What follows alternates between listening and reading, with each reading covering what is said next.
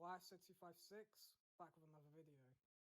And today we're going to be covering what might have gone down if the two halves of the nameless Namekian, Piccolo and Kami, had fused in the future timeline to defeat the androids.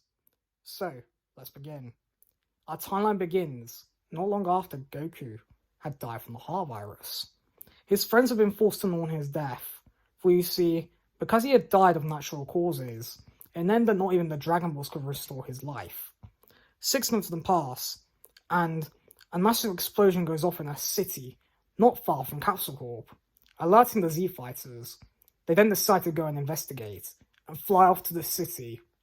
When they land, they are met by 2 teenagers. The Z-Fighters look confused.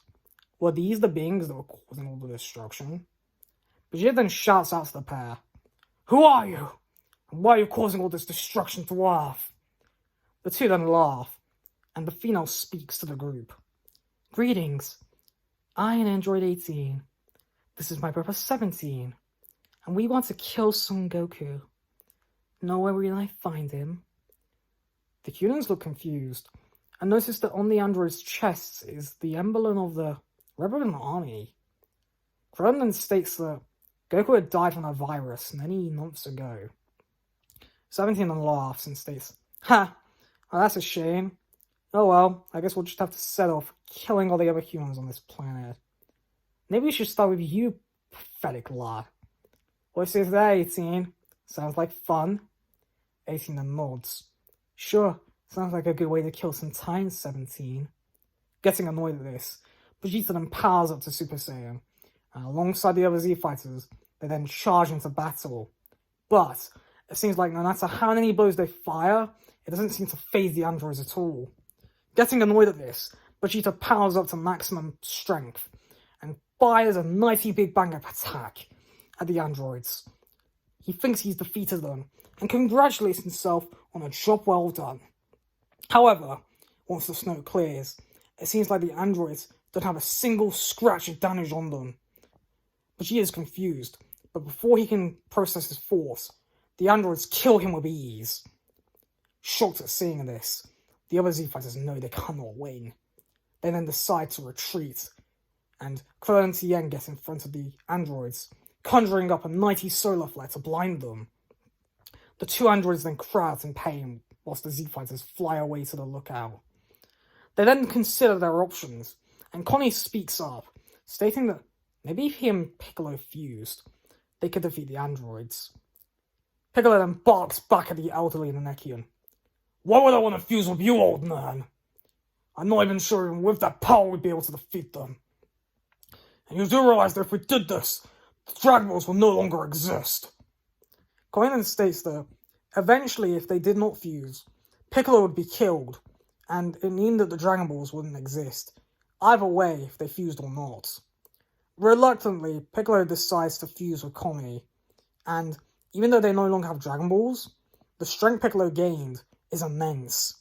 The Z-Fighters, in fact, think that with this power, Piccolo could defeat the androids, but the Namekian shakes his head and states, "No, even with this power, I don't think I could defeat them.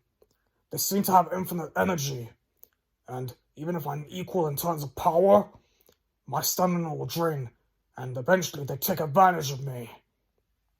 But the Namekian states there is a way to get stronger quickly, the Rune Spirit in time. One day out here is a year on the inside, and he then states that he and Gohan will go in for 2 days to get strong enough to defeat the androids. They go into the chamber, and 2 things are on Piccolo's mind. Firstly, they need to get Gohan to become a Super Saiyan, and secondly, become strong enough to defeat the androids. The 2 days then pass, and Piccolo and Gohan exit the chamber, getting immensely stronger. With barely a nod to the others, they fly off to the android's current location. When they arrive, they stare them down, and 17 then laughs. "Ha! Will you look at this, 18? Looks like only 2 of them came to fight us this time. We must have brought the other spirits. What do you say we kill them for fun?" 18 then nods. "Sure, 17. Sounds like a good idea." But before they can begin fighting either of the Z-Fighters, Piccolo powers up to maximum, and Gohan becomes a Super Saiyan. They then charge into battle, Piccolo taking on 17, and Gohan taking on 18. The androids tried to fight back, but no matter what they try, they are being net left, right, and centre, and can't seem to cause any damage to either of the Z fighters. They're getting annoyed at this, and Gohan and Piccolo then decide to finish the androids off. Gohan charges a 90 Kamehameha wave, destroying 18 in an instant.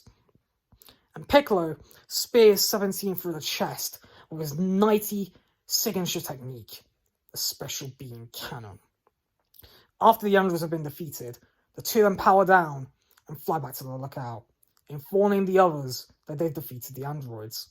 The humans then state that they're going into the chamber to try and gain stronger and to try and get a leap and try and keep up with Piccolo and Gohan.